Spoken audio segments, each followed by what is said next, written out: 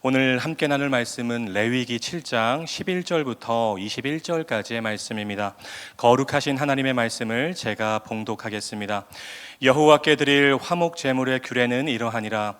만일 그것을 감사함으로 드리려면 기름 섞은 무교병과 기름 바른 무교 전병과 고운 가루에 기름 섞어 구운 과자를 그 감사 제물과 함께 드리고 또 유교병을 화목제의 감사 제물과 함께 그 예물로 드리되 그 전체의 예물 중에서 하나씩 여호와께 거제로 드리고 그것을 화목제의 피를 뿌린 제사장들에게로 돌릴지니라.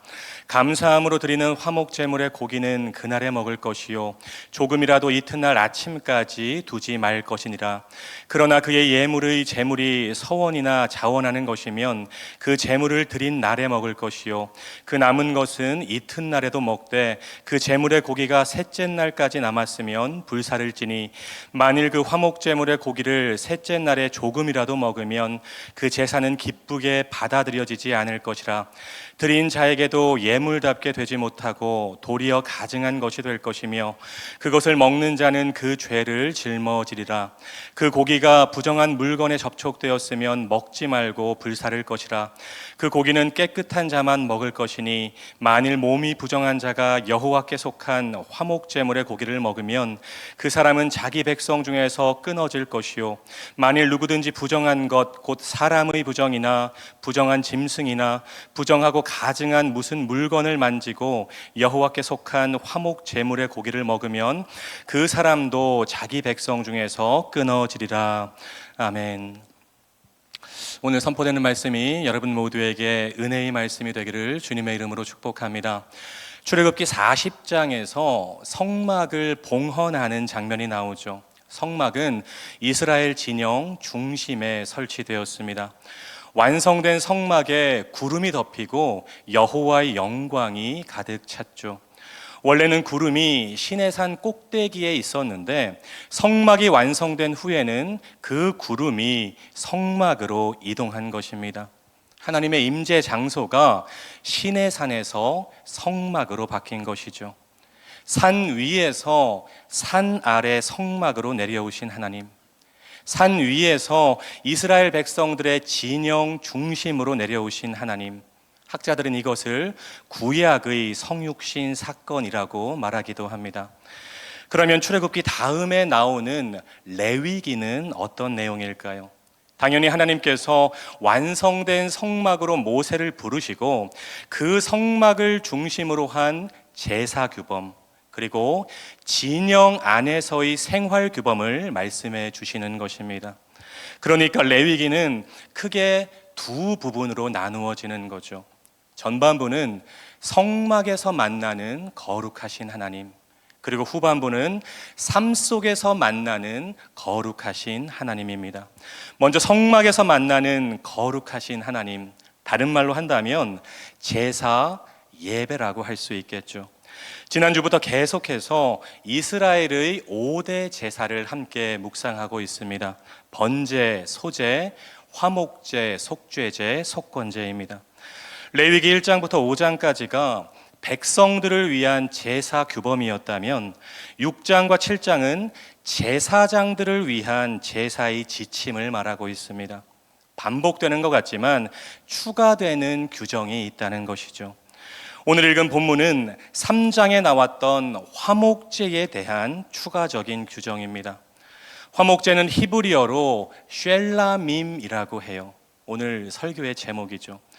그런데 쉘라밈은 우리가 많이 사용하고 참 좋아하는 단어 샬롬과 연결되는 단어입니다. 무슨 말인가요? 화목제는 큰 틀에서 하나님과의 화목을 위해서 드리는 제사입니다. 그리고 하나님과 화목하게 되는 것, 하나님과의 관계가 회복되는 것, 바로 그것이 샬롬이라는 것입니다. 쉘라밈을 통해서 샬롬으로 나아갈 수 있다는 것이죠. 쉘라밈, 화목제를 통해서 하나님과의 관계가 회복되고 화목하게 되면 우리는 샬롬, 주님 안에서 평안과 기쁨과 평강을 누릴 수 있다는 것입니다. 바라기는 여러분의 삶이 예배를 통해서 그리고 말씀 묵상과 기도를 통해서 하나님과의 관계가 회복되는 삶, 하나님과 화목하는 삶, 날마다 샬롬을 누리는 삶이 되시기를 주님의 이름으로 축복합니다. 여러분, 화목제라고 하면 가장 큰 특징이 있었죠. 짐승의 내장에 덮인 기름과 콩팥과 간의 일부만 하나님께 화제로 바치고 나머지는 전부 사람들이 나누어 먹는 제사였다는 것입니다. 제사장이 제물의 가슴과 오른쪽 뒷다리를 취하고 나머지 부분을 헌제자가 가족, 친지, 이웃들과 나누어 먹었습니다. 축제와 잔치의 개념이 화목제 안에 담겨져 있는 것이죠. 화목제는 제사를 바치는 동기와 목적에 따라서 세 종류로 나누어졌습니다. 감사제, 서원제, 자원제입니다. 먼저 감사제는 하나님의 특별한 축복에 감사해서 드리는 화목제입니다. 시편 107편을 보면 질병에서 회복될 때, 장거리 여행을 무사히 마쳤을 때, 바다 항해를 성공적으로 마쳤을 때, 포로 생활에서 해방되었을 때 이 제물을 드리라고 말하고 있어요. 이 밖에도 하나님께 특별히 감사할 일들이 많았을 것입니다. 그런데 주목할 것은 감사제는 서원제, 자원제와는 다른 중요한 두 가지 규정이 있었다는 것입니다. 먼저 감사제는 누룩을 넣은 유교병을 다른 소제물과 함께 드리도록 허용했습니다. 12절, 13절 말씀을 보시죠. 만일 그것을 감사함으로 드리려면 기름 섞은 무교병과 기름 바른 무교전병과 고운 가루에 기름 섞어 구운 과자를 그 감사제물과 함께 드리고, 그 다음이 중요하죠. 또 유교병을 화목제의 감사제물과 함께 그 예물로 드리되. 성경에서 누룩은 대부분 죄, 유혹, 쾌락 등의 부정적인 의미로 사용되죠. 신약에서는 바리새인들과 사두개인들의 위선적인 삶을 가리키는 데 사용됩니다. 그래서 레위기 2장에 나오는 소제의 규정에서도 하나님은 누룩을 넣지 말 것을 명령하셨던 것입니다. 그런데 감사제에는 왜 누룩이 들어간 빵, 유교병을 허용하고 있는 것일까요? 여러분, 누룩은 반죽을 부풀리게 하는 성질이 있죠. 무슨 말이냐면 하나님을 향한 감사만큼은 최대한 넉넉하고 풍성하게 하라는 것입니다. 하나님을 향한 감사만큼은 힘껏 양껏 하라는 것입니다. 내가 할 수 있는 최대한의 감사의 표현을 하나님께 하라는 것이죠. 그리고 누룩이 들어간 유교병은 누룩이 들어가지 않은 무교병보다 훨씬 맛있었습니다. 누룩을 넣고 구우면 빵이 훨씬 더 부드러워져요. 하나님은 감사제 후에 이웃들과 맛있는 유교병을 풍성히 나누어 먹도록 배려해 주셨던 것입니다. 감사제의 또 한 가지 중요한 규정은 고기를 당일에 모두 먹어야 했다는 것입니다. 15절 말씀을 보시죠. 감사함으로 드리는 화목 제물의 고기는 드리는 그날에 먹을 것이요 조금이라도 이튿날 아침까지 두지 말 것이니라. 감사제에 사용되는 화목제 고기는 당일에 다 먹어야 했어요. 이유가 뭘까요? 감사의 기쁨이 가장 충만한 당일에 고기를 남김없이 나눠 먹으며 기쁨을 공유하라는 것입니다. 신학적으로는 감사를 나눌 때 지체하거나 유보해서 내일로 미루지 말라는 의미가 있는 것입니다. 사랑하는 여러분, 다른 건 몰라도 하나님에 대한 감사만큼은 여러분이 할 수 있는 힘껏 양껏 최대한 넉넉하고 풍성하게 하시기를 주님의 이름으로 축복합니다. 감사의 마음이 생겼을 때 지체하지 마시고 유보하지 마시고 하나님께 그리고 사람들에게 감사를 표현하고 나누는 말씀삼 공동체가 되었으면 좋겠습니다. 미뤄서 감사의 타이밍을 놓치지 말자는 것이죠. 예전에 이런 글을 읽은 적이 있습니다. 감사하라, 무조건 감사하라, 충분히 감사하라. 하나님이 마음껏 축복할 수 있는 사람, 하나님이 계속 축복할 수 있는 사람, 하나님이 고민 없이 축복할 수 있는 사람, 하나님이 편한 마음으로 축복할 수 있는 사람, 그 사람이 바로 감사하는 사람이다. 여러분의 삶이 감사하는 삶, 충분히 감사하는 삶, 무조건 감사하는 삶이 되었으면 좋겠습니다. 다음으로 서원제는 서원한 기도가 응답되어서 하나님께 서원한 내용을 이행할 때 바치는 제사입니다.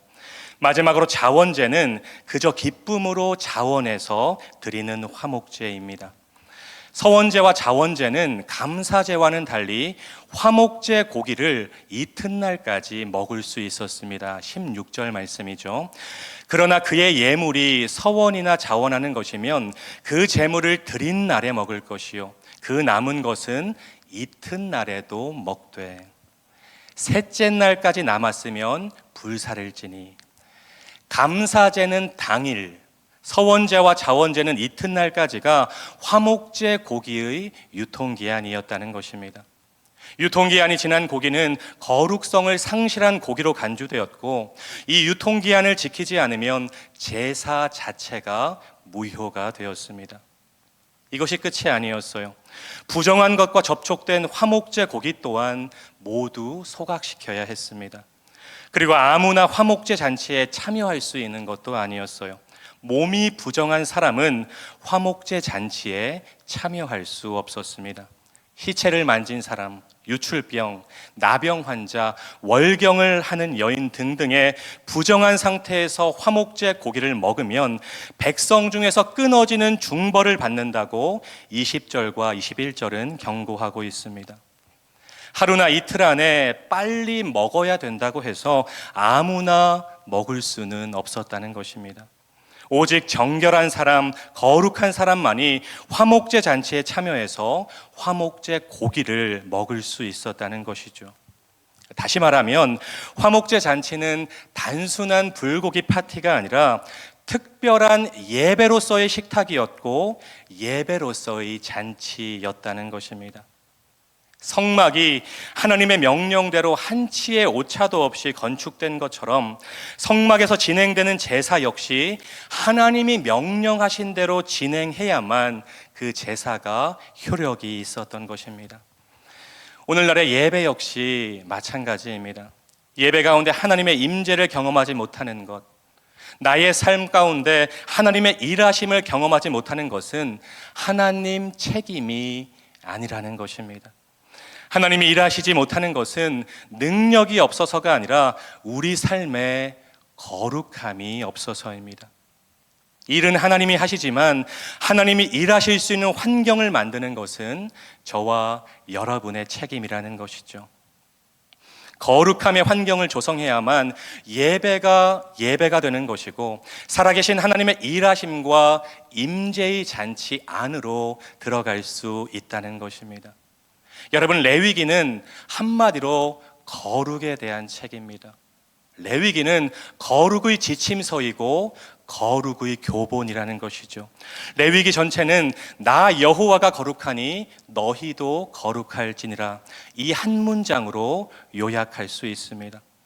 거룩이라는 주제로 하나님과 이스라엘이 연결되었듯이 거룩이라는 주제로 하나님과 여러분이 연결되는 것입니다. 거룩이 하나님 임재의 열쇠가 되는 것이죠. 여러분, 답답한 마음이 있을 것입니다. 하나님, 왜 저는 하나님의 임재를 예배 가운데 경험하지 못하나요?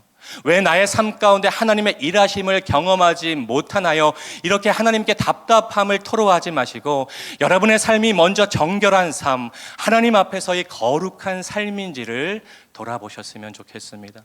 이 거룩이라는 주제를 가지고 하나님과 이스라엘이 연결되었던 것처럼 거룩이라는 주제로 하나님과 여러분이 연결될 수 있다는 것이죠. 사랑하는 말씀 삶 공동체 성도 여러분, 오늘 새벽 마음에 꼭 새기셨으면 좋겠습니다. 첫째, 쉘람임을 통해서 샬롬으로 나아갈 수 있습니다. 하나님과의 관계가 회복되는 것, 하나님과 화목하게 되는 것이 진정한 샬롬입니다. 둘째, 유교병을 기억하세요. 하나님에 대한 감사만큼은 최대한 넉넉하고 풍성하게 하시기 바랍니다. 그러면 여러분의 감사가 또 다른 감사를 낳게 할 것입니다. 셋째, 거룩입니다. 거룩함의 환경을 조성할 때 예배가 되고 하나님의 일하심과 은혜의 잔치, 임재의 잔치 안으로 들어갈 수 있습니다. 오늘 선포된 말씀 여러분의 삶으로 살아내심으로 하나님이 베푸시는 축복과 은혜와 평안을 받아 누리는 저와 여러분, 그리고 우리 말씀 삶 공동체 모두가 되시기를 주님의 이름으로 축원드립니다. 기도하겠습니다. 사랑과 은혜가 풍성하신 하나님, 오늘도 새벽을 깨우게 하시고 살아있는 하나님의 말씀으로 먹이시고 채우시니 감사를 드립니다. 오늘 선포된 말씀 마음에 새겨서 삶으로 이어가게 하옵소서. 하나님과 화목하게 되는 것, 하나님과의 관계가 회복되는 것이 진정한 샬롬임을 믿습니다. 이것이 내 삶의 우선순위가 되게 하옵소서. 돌아보면 모든 것이 하나님의 은혜입니다. 우리 삶에 하나님을 향한 감사가 끊이지 않게 하시고 내가 드릴 수 있는 최대한의 감사를 하나님께 올려드리는 말씀 삶 공동체가 되게 하옵소서. 거룩이 하나님 임재의 열쇠가 됩니다. 날마다 하나님 앞에서 정결하고 거룩함의 환경을 조성함으로 내 삶 속에서 일하시는 하나님을 경험하게 하옵소서. 예수님의 이름으로 간절히 기도드립니다. 아멘. 계속해서 다음과 같은 기도 제목으로 함께 기도하겠습니다. 지금 들은 말씀이 내 삶으로 이어지게 하옵소서. 말씀 묵상이 길입니다의 표어처럼 말씀 묵상에 힘쓰는 2023년이 되게 하옵소서. 동네 세매조 성경 소그룹 말씀 묵상을 통해 하나님의 은혜를 깊이 깨닫게 하옵소서.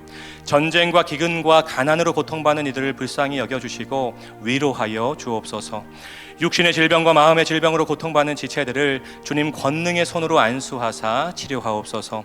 동소원 3기를 은혜로 인도하시고 축복하옵소서.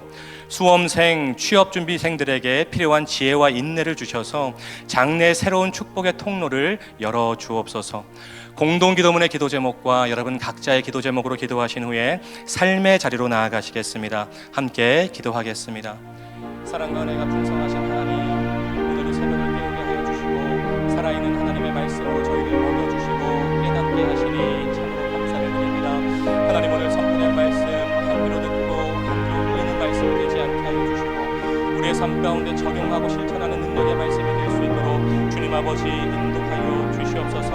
하나님과 화목하게 되는 것, 하나님과의 관계가 회복되는